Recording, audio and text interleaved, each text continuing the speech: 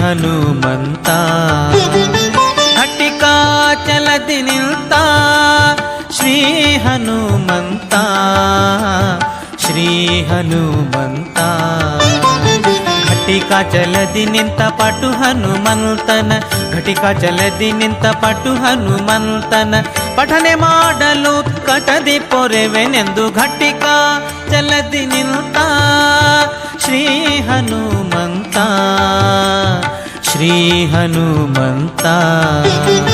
Shri Hanumantha Shri Hanumantha